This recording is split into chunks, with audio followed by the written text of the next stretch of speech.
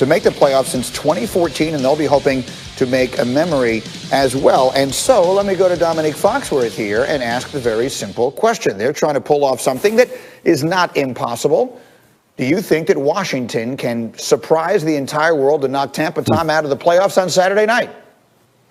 I live in Washington. I would like to say yes, but no. Obviously not. I think Washington averages about 21 points a game this year. They've scored over 30 only one time, and that was that game against the Cowboys where who knows what the Cowboys were doing with those ridiculous fake punts and all those things. So I don't see that happening. Unless that defense can keep Tom Brady to around 17 points or maybe somewhere below that, then they have a chance to win, and that defense can score some points of their own. But I don't think that defense is that good. They're really good, but they're not like 05 Ravens good that they're just going to shut people out. And Tom Brady's going to score enough points that Taylor Heineke and Alex Smith are not going to be able to generate enough offense on the other side to knock them off.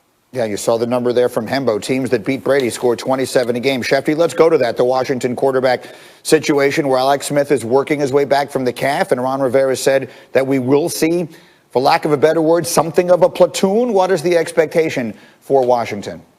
Listen, they need Alex Smith to be as healthy as possible, and he's going to be limited in his mobility. That's to the surprise of nobody. You could see the brace that he was wearing on that calf there the other night to limit his mobility. He's never going to be all that mobile, but they just need him to be effective. They need him not to turn over the football. They need him to try to keep up with Tampa's offense. And the truth of the matter is, Washington's defense has to win this game with that front seven. When we've seen Tom Brady lose in the postseason before, we've seen it from pressure up the middle. The New York Giants were famous for it, notorious for it. And the Washington football team has to deliver the same type of production from its defense. Alex Smith, again, has to do what he's done to get this team to a division title. I don't think anybody expects Alex Smith to keep up in a track meet with Tom Brady. That's not a realistic expectation. But I think at this point in time, he's healthy enough to be out there. And if they need to use Taylor Heineke on certain run plays, bootleg plays, plays that mix it up and keep the Tampa defense on guard, then that's what Washington will wind up doing. I'm with you. And any chance that they have, I agree, comes from that defensive line just wrecking the game, which they're capable of doing. Do you expect it? Probably not. But is it possible? I suppose it is. Meanwhile, we know that Brady has made so many deep playoff runs, it's hard to count them all. And one man who has made a lot of them with him is Rob Gronkowski. So we wanted to play something for you here. And this is Gronk when he was asked to share this week his favorite off-the-field memory of Tom Brady. Here's what he said. I would just say going to a Kentucky Derby and seeing him take a shot and like just seeing his face after, like in disgust, like I'm putting this alcohol in my body, and you know, takes a shot and he's just like, oh, how am I going to throw next week? What was it a shot of? I think Fireball. So, I'm looking at your face, Dominique, and I'm trying to read your reaction. Tom Brady taking a shot of Fireball at the Kentucky Derby. Your thoughts? I mean, I think he deserves a lot more than one shot considering what he's achieved. But I feel like there is nothing that Rob Gronkowski can do that is not somehow entertaining. Telling us these boring stories about one guy taking one shot is pretty hilarious to me when Rob's telling the story. Well, you hang out with Brady all the time. You and all your little Michigan events there, Shefty. Have you ever seen anything like that? No, I've never been in an environment where Tom has been drinking. I'm not much of a drinker myself there, so I guess it's something that's bred in certain Michigan people there, Green. And by the way, I'll tell you how unhip and uncool I am to the ways of the world. I don't even know what Fireball is. I have no idea what that is, and I feel like a loser admitting it, but I'm just being honest with you. It's like a spicy cinnamon kind of whiskey. If you've ever, it's basically what it is. It's cinnamony, which is what makes it fiery. I can't believe I know this, but I do. And one way or another, you know what? Here's what I think. By the end of the show today, let's get Shefty a shot. What do you think? Can we get Shefty a shot of Fireball? Fireballs for everybody. Fireballs for everybody, right? Go in there. Get Dylan on this. We'll see if we can't get you a shot of Fireball by the end of the show. In the meantime, let's get more to football. Lamar Jackson. We know about his struggles in the playoffs in his career. His total QBR is the lowest by any quarterback with multiple playoff starts in the 15-year history. They've been keeping track of that, and he has particularly struggled in the first three quarters of his playoff games, completing less than half his passes, no touchdowns, 3 interceptions. Overall, only 3 MVP quarterbacks have gone one and done in the playoffs in 3 straight years at any time in their careers. Joe Montana, Burt Jones, and Y.A. Tittle. Here was Lamar yesterday reflecting. It's winning to go home right now. I want to win regardless. I don't really care about what people got to say. I only been in the playoffs twice. My young career. Other people been in the league forever, haven't been in the playoffs at all. But it is what it is. But definitely trying to erase that narrative right there. That's the number one right now in my mind. All right, so I feel like we've talked all week about the pressure that there is on Lamar Jackson based on that history, and that just is what it is. By the way, it's his 24th birthday today. Happy birthday to Lamar. But let's talk about the game itself, Dominique, and why this matchup might be the perfect one for him to rewrite that narrative.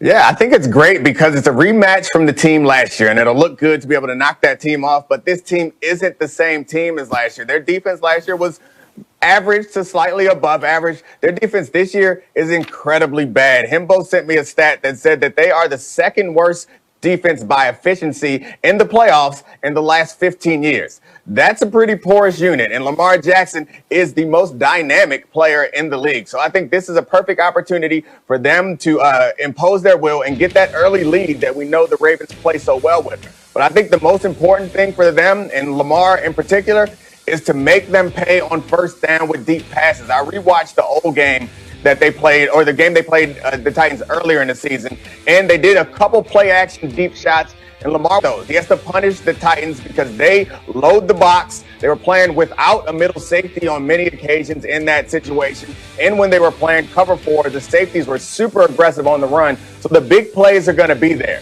You can't throw interceptions, or you can't miss those targets on those opportunities. You have to get your big chunks then and make the Titans pay and get that early pre-halftime lead that the Ravens are so comfortable playing with. Well, listen, I mean, the way they have been winning the last few weeks as they seem to have gotten better is they've been running the ball down everybody's throat. They feel like they're running it for 300 or 400 yards a game. Are you telling us that you do not expect them to be able to do that against Tennessee? Yeah, I do expect them to be able to run the ball, but they always, when they're at their best, they always complement that running attack with some big plays in the passing game. Lamar Jackson's accuracy, it is what it is. It's not going to get much better. He's going to miss throws every now and then. So if you want Lamar Jackson to Drew Brees you all the way down the field and just throw 5-yard slants and pick teams apart, that's a bad idea. What Lamar Jackson is going to do well is get you great running attack and get you a consistent running game that can't really be stopped, but he's also going to be able to punish your secondary because you need to commit people to that running game in order to keep them to 2, 3, 4 yards a pop. If you don't commit extra guys, they'll get 8 every down, and that's fine. They'll take that just fine. But the Titans are smart enough to know that they can't let this slow bleed happen. They're going to have to force Lamar to attack down the field and hope that he's inaccurate on those passes. So, Schefter, this feels like the game between a lot of people's dark horses, right? I mean, these were 2 teams a lot of people could have seen making a deep run. One of them, by definition, goes out early Sunday afternoon. What are you hearing as we look ahead to Ravens and Titans? Well, we talked earlier about Lamar Jackson. I think this becomes a crucial playoff matchup for him on a couple of different levels. The first of which is he has not won a playoff game yet. So if he fails to win again, the offseason chatter is going to rise to a level that is going to be unwelcome and unwanted. And you mentioned before, Greeny, that Peyton Manning had not won a playoff game until he was 27 years old. And I alluded to the fact that John Elway did not win a game, because I always remember that from covering the Broncos, till his 4th or 5th season in the league. They did not do that. They did not struggle in the postseason at a time where social media was as prevalent as it was, where there were so many voices yelling as loudly as they are. If Lamar Jackson goes to 0-3 in the postseason, he's going to endure an entire offseason of questions, criticism, speculation about whether he can ever win in the postseason, whether it's fair or not.